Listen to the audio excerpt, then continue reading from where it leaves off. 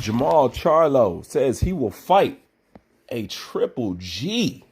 Is that right, Charlo? This article talks about basically this is about Charlo and Benavidez. Just to sum it up real quick, they talk about how Benavidez challenged or propositioned Charlo, and from what this article said, Charlo wanted him to get vaccinated. And Benavidez said he didn't have a problem getting vaccinated. Then after that, the conversation disappeared. Now I heard this in passing when it came to what is that video I did that pissed off Canelo fans? Hell, I can't even remember. But Canelo fans talk about what about Jermell ducking Benavidez? This. I was like, what the fuck are y'all talking about? You know what I'm saying? Like a lot of shit. Like I said, I unplugged from this shit. I'm just now plugging back in. And if that was said, hey dog, I'm gonna need you to get vaccinated before we fight. Isn't that what you do any fucking way? Like, I'm not understanding. Look, I'm gonna show you just to show you I ain't tripping. That's what it says, right? It does say he want him to get vaccinated, right? So I get silly, but I'm gonna break this shit down like a puzzle. As far as Jermell fighting a triple G, bro, I'm outside of the boxing game. And even I know that fight is not going to happen because of the politics of the whole thing. For the same reason Anthony Joshua was not allowed to fight Luis Ortiz. He's meant to build somebody else up and to make somebody else look good. On top of that, if you ain't got that triple G fight by now, player, it ain't fucking happening. So to me, Jermell bringing up triple G is just a smokescreen because he can't get that fucking fight. They know that they can't get triple G fights, and they know they can't get Canelo fights. Like I said, I'm outside of the boxing game, and even I know the politics of this shit. Okay? They're not going to press Triple G to do nothing. They're not going to press Triple G to fight the best. They're not going to do that.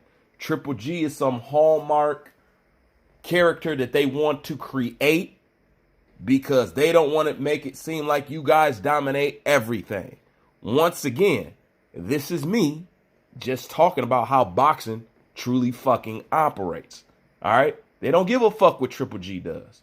Triple G ducked the fuck out of Andre Ward. Do you hear them harping on Triple G, talk about why'd you duck Andre Ward? Everybody in their mama knows blatant is wide out there in the open. Andre Ward had to go chase Don Kovaloff to do it. You know what I'm saying? But do you see how it's okay? But yet if Benavidez propositions Jermell and he does a spin move like any other of these boxers do nowadays, oh, the ducking claims, the ducking this, the ducking that. Hey, look, and I'm not the one that bullshit. A duck is a duck. Jermell Charlo has been on the Duck Chronicles, twice? The first time was for that Daniel Jacobs shit. He'll never live that shit down. Whatever happened to the Daniel Jacobs fight? It never happened. It never fucking happened. So when he say Triple G, he's well aware that that's not going to happen. So then he goes back to the Benavidez, man. What's up with that? Once again, I don't make no excuses for no grown men. Duck is a duck at the end of the day. Y'all just got to take that how it is. Even though the Charlos are kind of back on my good side. It is what it is. But this is one thing that I would say. Because I noticed this. Okay? If you call Jermell Charlo a duck, you should rightfully call Benavidez a duck. Why? Because Benavidez, like Charlo, notice how we keep the same energy over here. Like Charlo, was on the Duck Chronicles. Now, how did Benavidez end up on the Duck Chronicles?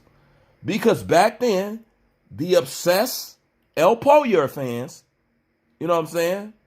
The cinnamon roll lovers was quick to jump down Caleb. Anybody who stands in front of Canelo, who opposes Canelo or this, that, Canelo's fan base is so fucking delusional. They'll trash anybody. You know what I'm saying? And more than likely, they will always start from a racist perspective. Notice that. If you don't believe me, I got the videos. Okay, when I was promoting Caleb Plant, he was all kind of white trash, this, that. Notice nobody complained about that. Y'all loved and accepted that. I'm going to digress on that shit. Okay? But they talking shit about Caleb Plant is ducking this. Caleb Plant is ducking this. Well, on the Duck Chronicles, this video right here, the one with Benavidez, you hear his manager say that he does not want the fight. That fight is not fucking ready. Now, the interesting thing in this article, they say that Charlo said he needed to get vaccinated. He said that's no problem. Then he backed off it. The article suggests that Charlo was told by his management to back up off it.